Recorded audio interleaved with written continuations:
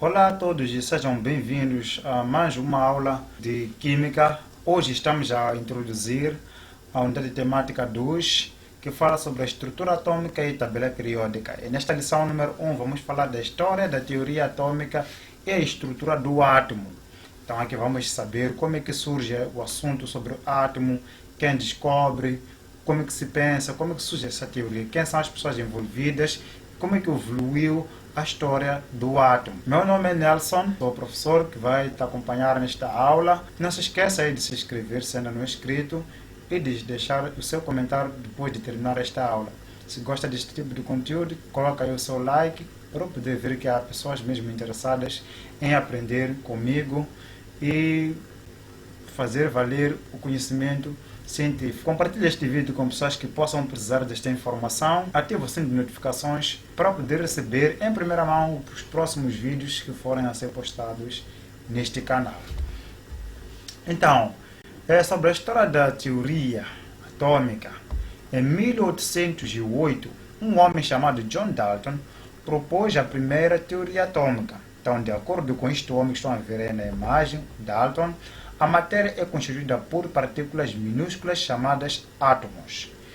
O que isso quer dizer? Quer dizer que ele acreditava que átomos eram partículas indivisíveis, partículas que não pudessem ser mais divididas. Então, ao pegar uma matéria, começar a dividir, chegava a uma fase em que não pudesse dividir. Então, a esta fase, neste caso invisível, chamaria ele de átomo. Então, a representação dele, o átomo tinha a forma de uma esfera, como por exemplo a bola de bilhar, ou berlinde, para quem joga berlinde, ou aquela bola que se encontra no rolão de Nivea, para quem usa Nivea. Então, para ele o átomo tinha aquele formato, indivisível. Então, o átomo, para o Dalton, é a menor partícula de um elemento químico que participa numa reação química, tá certo? Então, os átomos participam nas reações químicas. O átomo é indivisível e não pode ser criado ou destruído. Então, nós não podemos criar um átomo e nem podemos destruir um átomo. E esse era o conceito do átomo para o John Dalton. Então, os átomos de um mesmo elemento são idênticos em todos os aspectos, certo? Em 1904, um outro homem chamado Joseph John Thomson, ele descobriu os eletrões. Então, ele descobriu que nessa bola de bilhar da imaginação do John Dalton, percebeu que existiam partículas com carga negativa. Então, a essas partículas com carga negativa ele chamou de eletrões. Então, para o Thomson, o átomo é divisível. Enquanto o John Dalton dizia que era uma esfera indivisível, o Thomson diz que não, é divisível porque esse átomo é composto por algumas partículas. Então, ele não é a única partícula, tem outras partículas que o constituem, que chamam de eletrões. Então, para ele, o átomo é divisível e o átomo contém minúsculas partículas, como acabo de dizer, com carga negativa, chamadas eletrão. Então, quem diz isso é o Joseph John Thomson. Então, a partir daí, ocorre uma pequena evolução na teoria atômica, de átomo que é indivisível ao átomo que já se percebe que é divisível. Continuamos. Em 1911, Ernest Rutherford descobriu o núcleo. Percebeu que este átomo, não é? Está aqui um exemplo de um átomo, tem uma parte que vamos chamar de, que se chama núcleo, a parte mais densa dele. Então, chamou-se núcleo e propôs a base para a estrutura atômica moderna. Então, o átomo, para ele, é constituído por duas partes. O núcleo, como estamos a ver aqui, esta parte aqui é o núcleo, e a eletrosfera, que é esta aqui. Então, para o Rutherford, o átomo tem o núcleo, que é esta parte aqui, que está no centro, parte minúscula e mais densa, mais pesada, que contém prótons, neste caso, essas partículas com carga positiva. Temos esta parte alaranjada, sem nenhum sinal negativo nem positivo, chamam-se nêutrons, tem carga zero. E tem a parte da eletrosfera, que ocupa mais espaço, é a parte mais leve do átomo. Então, esta aqui é constituída por partículas com carga negativa, chamada eletrões. Rutherford fez as suas experiências que provaram que o átomo tem um núcleo central carregado positivamente, ou seja, um núcleo com carga positiva, e os seus eletrões com carga negativa. Então, quem descobriu eletrões foi o Thomson. Quem descobre o núcleo com carga positiva é o Rutherford. Então, mais tarde, em 1940, um outro homem chamado Niels Bohr, ele propôs o conceito moderno do modelo atômico. Então, o modelo que nós usamos atualmente, quem propôs foi este homem, o Bohr.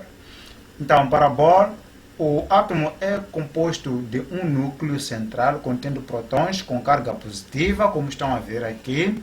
Essas partículas aqui chamam-se prótons, encontram-se no núcleo. Ele também propôs que existem neutrons, partículas sem carga, aí onde? No núcleo. Então, no núcleo temos prótons e temos neutrons. Neutrons são partículas sem carga. Os eletrões com carga negativa encontram-se na eletrosfera. Então, esta foi a proposta do Bohr, que os eletrões que estão aqui encontram-se na eletrosfera, têm carga negativa. Então, giram em torno do núcleo, onde encontramos prótons e neutrons em diferentes trajetórias. Essas trajetórias são chamadas órbitas. No núcleo localizam-se prótons e neutrons. Então, os prótons são partículas com carga positiva, os neutrons com carga zero.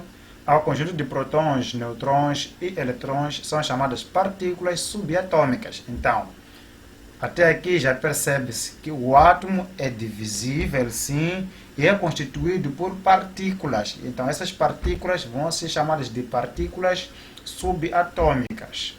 Na eletrosfera do átomo, a parte periférica à volta do núcleo, encontram-se eletrões, partículas de carga negativa, que giram em volta do núcleo. Então, estes aqui encontram-se girando em volta do núcleo. Então, esquematizando, o átomo é constituído por núcleo e eletrosfera. No núcleo, encontramos partículas subatômicas, prótons e neutrons. Prótons com carga positiva e neutrons com carga zero, ou sem carga. E as partículas subatômicas encontradas na eletrosfera chamam-se eletrões com carga menos ou negativa, como estão a ver aqui nesta imagem e nesta imagem. Então, com base em observações experimentais de Bohr, elaborou-se um novo modelo atômico cujos postulados são os seguintes. Na eletrosfera, os eletrões não se encontram numa posição qualquer. Então, eles giram em torno do núcleo, em órbitas fixas e com energia definida. As órbitas são chamadas de camadas eletrônicas.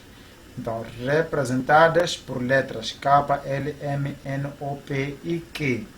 A partir do núcleo, os níveis de energia representados pelos números 1, 2, 3, 4, 5, 6 e 7. Vamos entender isso quanto mais desenvolve. Vamos prestar atenção aqui.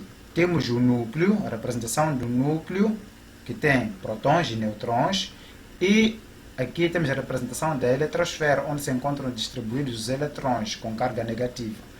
Então, aqui vamos encontrar eletrões com uma carga energética inferior, e quanto mais aumenta a carga energética dos eletrões, eles vão preenchendo outras camadas. Então, tem uma quantidade de eletrões aqui, outra quantidade de eletrões aqui, outra quantidade de eletrões aqui, e assim até se chegar à camada Q, que é o nível 7. Então, cada camada corresponde a um nível de energia. A camada K tem um nível de energia 1, 2, e à medida que as camadas vão aumentando, o nível de energia também vai aumentando. Os eletrões, no seu movimento numa camada eletrônica, não absorvem nem emitem energia. Os eletrões de um átomo tendem a ocupar as camadas eletrônicas mais próximas do núcleo, isto é, as que representam menor quantidade de energia. Então, os eletrões que têm menor quantidade de energia estão muito próximos do núcleo. Os eletrões que têm maior quantidade de energia encontram-se um pouco afastados do núcleo. E eles não absorvem nem emitem energia. Um átomo está no seu estado fundamental. Disse que um átomo está no seu estado fundamental, ou seja, com carga zero, quando os seus eletrões ocupam as camadas menos energéticas. Quando um átomo recebe energia térmica ou elétrica, tá bem?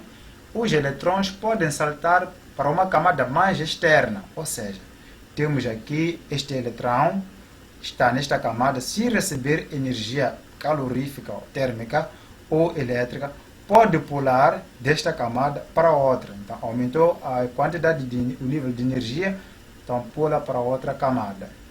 É aí que se explica o assunto da energia, desenvolvimento dos eletrodomésticos, da energia, telefones e muito mais, por causa deste conceito, deste conhecimento aqui do movimento dos eletrões. A palavra eletrônica, inclusive, tem uma relação estreita com eletrão. Eletrodoméstico tem ligação com eletrões.